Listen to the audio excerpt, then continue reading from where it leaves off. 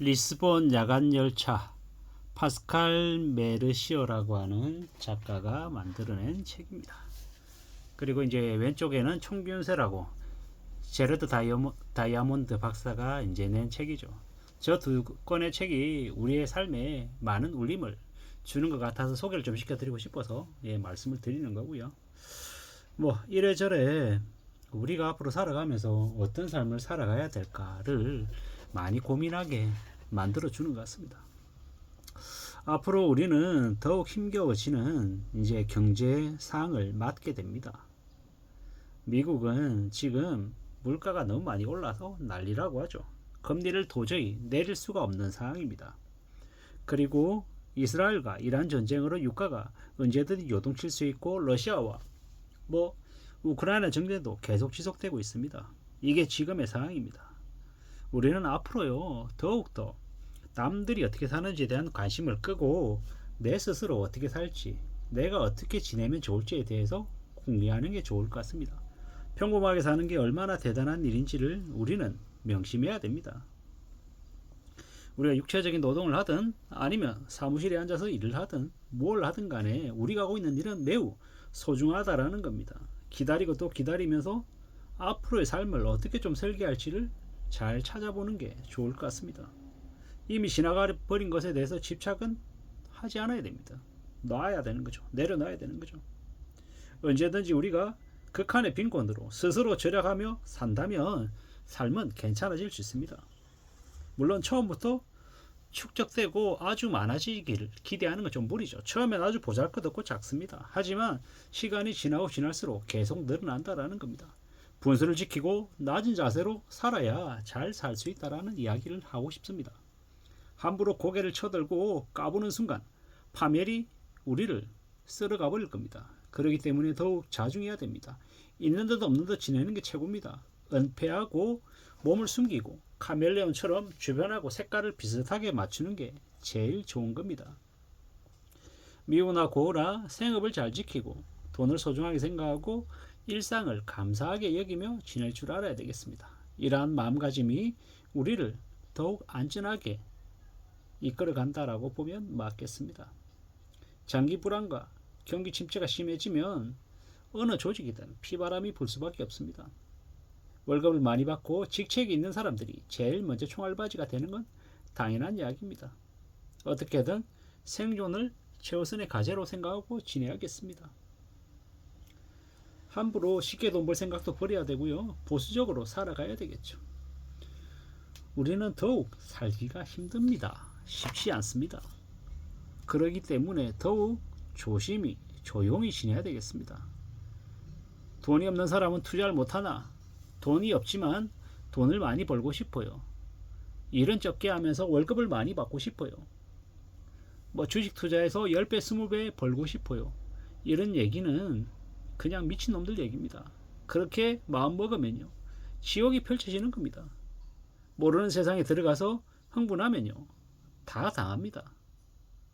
뭔가 남들이 부자가 됐다, 매덕을 벌었다라고 얘기하는 놈들의 말은 그냥 차단해야 됩니다. 그런 말을 믿으면 안 되고 귀 기울이면 안 된다라는 겁니다. 지금은요 IMF가 다시 온 겁니다. 지금 더욱더 어려운 상황입니다. 지금 해고당하면요 답이 없습니다. 무조건 버텨야 됩니다. 앞으로 얼마나 무서운데요. 앞으로 부자는 더 부자가 되고 가난한 사람은 더 가난해집니다. 부자들은요 고이자를 주는 채권도 사고 고배당 주식도 사고 싸게 부동산도 사고 할 게 너무도 많습니다.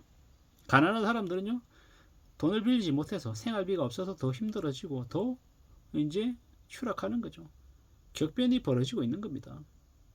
앞으로 서두르지 말아야 됩니다. 천천히 지켜보면서 하나씩 둘씩 이뤄도 괜찮습니다. 신중해야 된다는 겁니다. 인내심이 필요하죠. 인생이 인생입니다. 똑똑함이기 때문에 다 망합니다. 당장 자기 편한 것만 따지고 남들보다 내가 더 가지려고 까불어대다가 그러다가 망가지는 겁니다. 공짜발하다가 몰락하는 겁니다. 인간의 이기심이 인생의 참화를 부릅니다. 그렇기 때문에 부동산이든 자산이든 하나를 가지면 평생 갖고 간다라고 생각하고 지내야 됩니다. 함부로 욕심 부리면 안 된다라는 겁니다. 뒤통수 잘 치고 말 잘하고 현명해 보이고 똑똑해 보이는 사람들이 왜 그렇게 쉽게 몰락합니까? 욕심 때문입니다. 손바닥 뒤집고 남들 이용해 먹고 돌아서서 바로 뒤통치고 하는 그들이 현명하고 영리한 것 같지만 지나고 보면요, 그들이 자기가 쳐놓은 덫에 자기가 걸린다라는 겁니다. 없다고 생각하고 그냥 잊어버리는 게 제일 낫습니다. 참 빚이 생겨도 최대한 빨리 갚는다라는 마음으로 빚을 내야 되고요. 절대로 빚지지 않는다라는 각오로 살아야 됩니다. 그래야 극빈곤층, 가난뱅이로 전락하지 않는다라는 겁니다. 강제가 아닌 자발적인 가난을 선택하면 나중에 삶이 괜찮을 수밖에 없습니다. 바보스럽고 우직하게 살아야 됩니다. 소비를 하지 않고 자발적인 가난을 선택하면 우리의 노후가 괜찮을 수밖에 없다라는 겁니다. 중소기업과 소상공인 등 가계대출이 3,300조라고 합니다. 믿기 어려운 숫자죠. 그냥 손에 잡히지도 않는 겁니다. 자영업자들 대출이 1,000조가 넘는다라는데 천조 이러니까 그냥 무뎌지는 거죠. 부채를 어떻게 갚냐라는 겁니다. 못 갚는다라는 겁니다. 지금 같은 시기에는 어떻게든 월급쟁이 신분을 지켜야 됩니다. 그래야 살아남을 수 있습니다. 정말로 쉽지 않아진다라는 겁니다.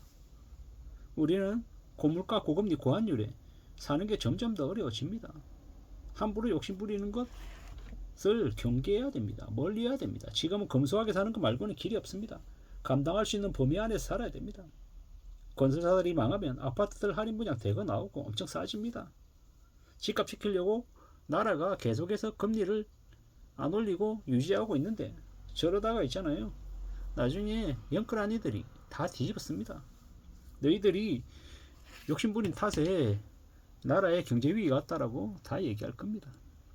정말로 조심하며 살아야 되고 신중해야 됩니다. 그리고 돈 빌릴 데 없다라고 함부로 사채 써서도 안 됩니다. 사채 쓰면요, 쓰는 순간 인생이 개막장이 됩니다. 그럼에도 불구하고 불법 사금융을 이용하는 사람들이 계속 늘어나고 있죠. 10명 중에 5명이 100만원 미만의 돈을 빌렸다가 공경에 찬답니다. 100만 명, 200만 명이 사채를 쓰고 있답니다. 나체 사진도 보내고 별짓거리 다 하죠. 그러다가 나중에 신장하고 각막하고 뺏기는 경우도 허다하답니다. 참 어처구니가 없죠. 정말로 정신 바짝 차리고 살아야 되고 미래를 위해서, 나중을 위해서 비상금도 마련해 둬야 합니다. 저축이 재테크를 이깁니다. 불황의 시대에는 저축이 제일 중요하고 함부로 무리하게 빚을 빌려서는 안 됩니다. 가계부도 쓰고 매월 1%씩 소비를 줄이고 저축해 나가야 되겠습니다. 그리고 필요한데 비싼 거는 렌탈할 필요도 있고요. 개인 간에 만나면 집에서 할 필요도 있고 산에서 들에서 만나는 것도 현명한 모습인 것 같습니다. 그렇게 자발적인 가난을 선택해야 될 것 같습니다. 그래야만이 삶이 지켜질 것 같습니다. 검소하게 사는 것 말고는 지금은 길이 없는 시대가 지금이라고 말씀드립니다. 이상입니다.